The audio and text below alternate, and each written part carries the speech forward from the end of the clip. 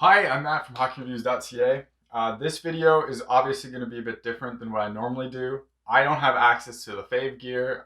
There's none in a really local store to me, so I couldn't bring it home and do a video on like I normally do. So I did a video at Just Hockey Store, so huge thanks to them for letting me come in, take one of their rooms, grab their gear, and do a bunch of videos on. This one is on the 20.1 pads and comparing it to the Axis pads. So again, huge thanks to Just Hockey for letting me do these videos. Obviously, the lighting and the sound is going to be very different, so I apologize ahead of time. I didn't know the table was squeaking as bad, like the Gen Pro was squeaking on the table as bad. It didn't sound that bad in person. The mic really just picks up, so I totally apologize for that. As well as it's a really different format, so again, apologies, but it's the only way I could really get a look at the Lefevre gear and compare it to all this other stuff and just like do a snapshot review on it. So if you are buying any hockey equipment or anything, make sure you check out Just Hockey. Follow them on Instagram, links in the description. Show them support for supporting me. It'd be greatly appreciated. Let them know if you make a purchase or anything you came from me. That helps out a lot too. Otherwise, if you want to support this channel, check out the links in the description too, Patreon and Buy Me a Coffee. Everything there will go right back into the channel so I keep doing videos and hopefully one day actually use a Lefevre set, for example. Hi, I'm Matt from HockeyReviews.ca, and this is the Axis compared to Lefevre 20.1 pad snapshot review. These two pads basically came out really similar times and are clearly derived from each other. They're very similar designs overall, slight differences between them. I'm really curious at where the design started, how much input CCM had in this, and how much input Lefevre had in this, or like what designs came back and forth. I'm sure we'll never know the real answers to that, but there's a lot of similarities here, so I kind of want to talk about those similarities. But also some of the differences. These are both 33+1s, and they basically sit very, very similar. They feel, there's obviously slight differences in stiffness and everything like that.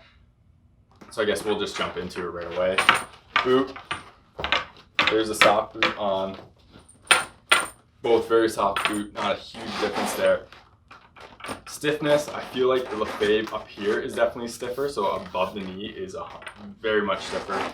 But the interesting thing about both these pads, and I talked about it on this pad, is how the core kind of moves. So this part here is kind of flexible, so it's not super, super stiff.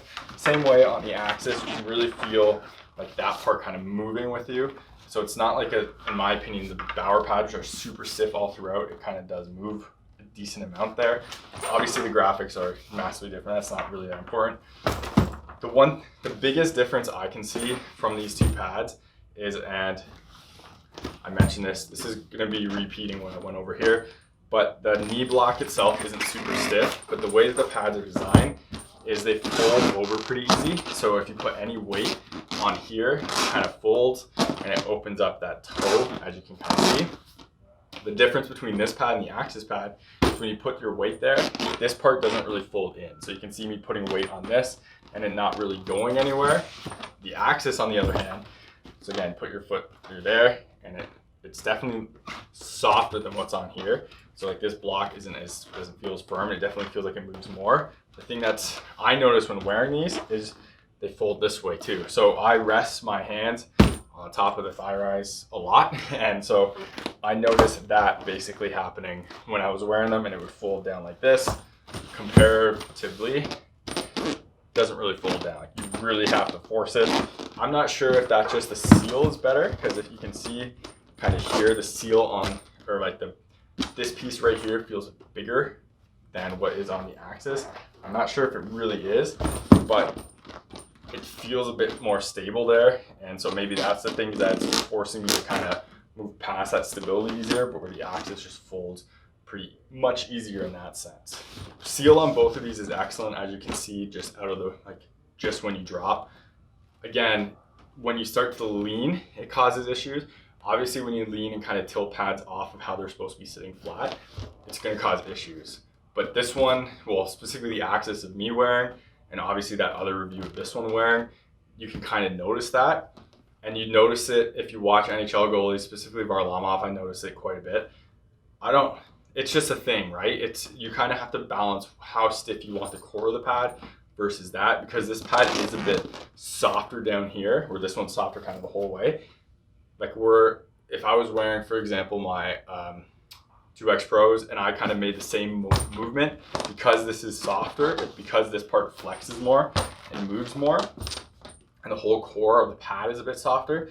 If I didn't land perfectly flat, so if I landed like this, there's a better chance of the pad actually kind of flopping back down where it's supposed to, or at least being on an angle, whereas the Bowers, if you don't land right on it right, you're basically like this. So it's kind of a balancing act of what those two things you want. Personal preference, have no issues with this at all. So comparing the Axis and the Lefevre 20.1s, they're pretty similar in terms of overall idea and everything like that. I'm curious at who designed these. I'm assuming it's them, and then kind of CCM kind of ran with it. CCM's product line is a few years ahead of where it is currently. So again, this was probably already in the works, but you can see a lot of similarities here, but how they also do stuff differently. You can see how this boot is just one piece, where CCM, it does have that 2 separator right there.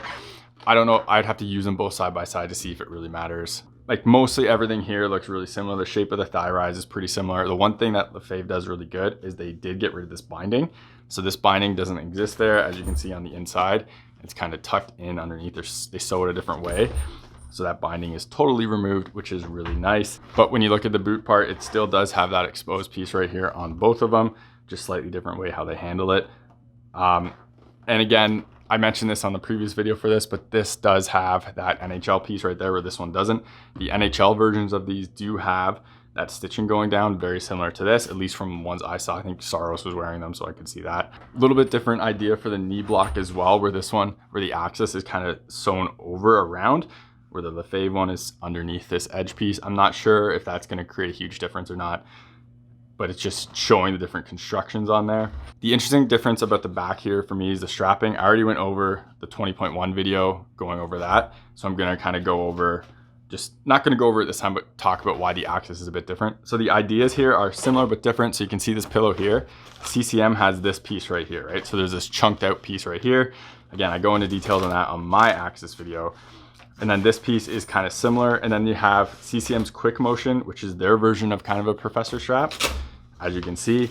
But this one doesn't do a whole ton. It has a little bit of padding on the inside here, but doesn't do a whole ton, that piece to push down, where because of this fast rotation system does have this added foam. The rotation system and this piece are gonna push it down so that calf will seal better, where this one has this piece right here.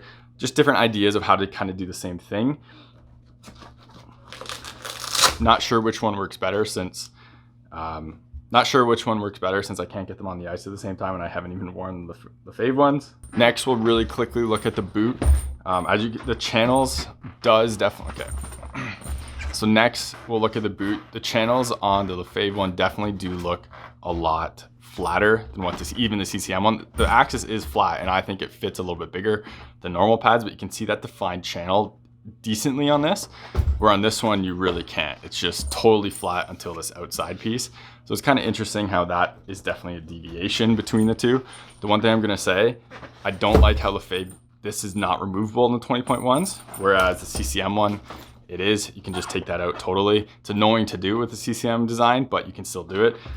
Bigger fan on that one. Finally, we'll take a look at the outer kind of boot, and that's one thing that looks pretty different on these two, is you can see how much thicker the 20.1 boot is compared to the Axis. Again, I'm not sure what difference this is going to make. I can't wear them on the ice, so I can only talk about the big differences here. You can kind of see how this piece as well, if on camera, is thicker than what the Axis is as well. So it's a thicker core kind of going through it than what the Axis is until you get to the top. Again, can't really comment on like what this is totally going to do for everything, but just talking about it. The other slight noticeable thing is the wing wrap does look a little bit bigger on the Axis than what it was on the Lefevre. Again, small things like that. There's not many other huge differences here. Both have a pretty soft knee block compared to the new ultrasonic stuff and compared to kind of like Warrior's general design. The back design of these and how they're made is honestly pretty similar, with the nylons and like the removed binding and just how the binding is going through there. Not a huge change here. Obviously, this is a custom setting, so that's why there's no knee wing here. It's an option in Axis. It's also an option to put it in on the 20.1s too, but this set just doesn't have it. So for the toe ties, obviously the Lefevre ones using pro laces are better toe ties all around. Obviously toe tie ideas are pretty much the same, but these ones are better materials and they're made in North America, where CCM's, by all means, I think these are one of the best on the retail market for stock pads, but they aren't as good as what like this setup here where you get the hybrid laces and it's actually screwed into the binding, where this one is just obviously looped through. Not a huge difference, but I want to call that out. One thing I've kind of harped on some companies in the past, especially the more budget companies, is kind of fit and finish and like the quality of like straps and stuff, which is something very, very minimal, not really important. But I want to call it on here, especially because these pads are not cheap. The Lefevre pads are full price pads, and I think even more expensive than some price pads. So again, small detail, but I'm talking about it. CCM is one of the best at what they do in straps. They have obviously this speed skin piece right here on their nylon strap, but it has a nice binding and everything there. It's just nice quality detail. And then they have this little rubber tab right here, so you can grab it and pull it off really easy. Again, not a huge deal, but it's nice small finishing touches like that. At the same time, they don't do it on the bottom calf strap. It's just a plain one, which is kind of weird.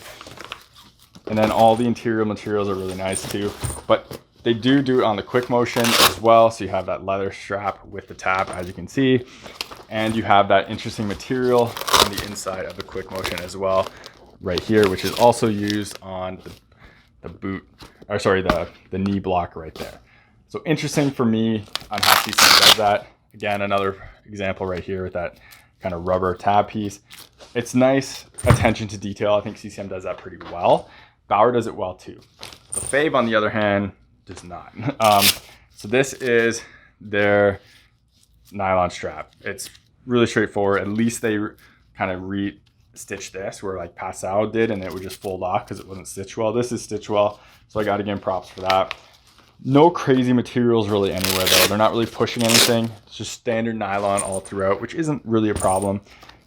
You have an interesting material here.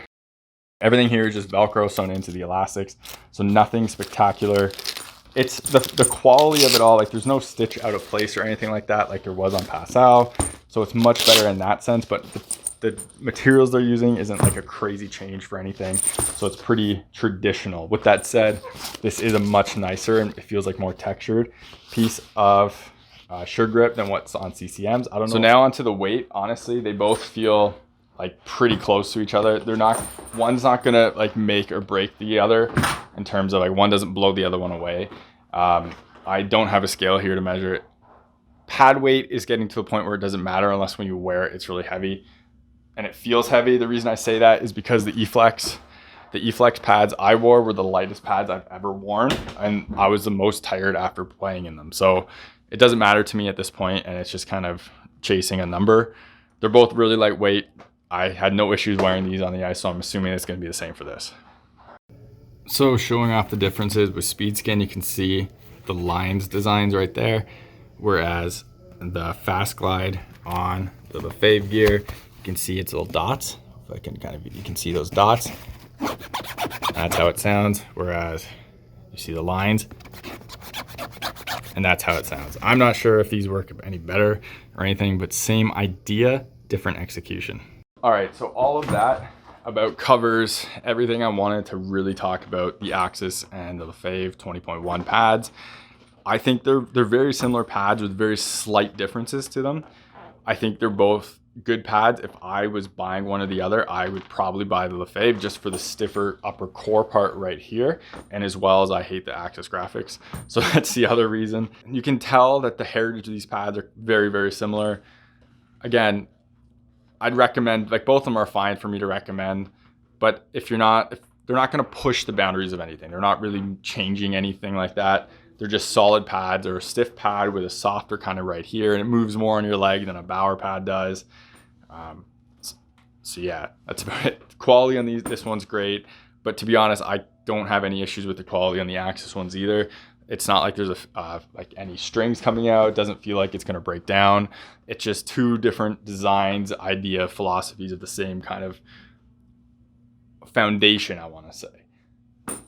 Both very similar, both good. Check out my full review of the Axis pad, which will be linked in the description and at the end of this video. And as well, check out my full review of the 20.1 pads, which will be linked as well. If you're in Canada, check out Just Hockey, link in the description. They were nice enough to let me this office and to let me check out the gear that they have so I could make these videos and talk about gear. So support them, let them know if you did buy anything you came from me, be greatly appreciated.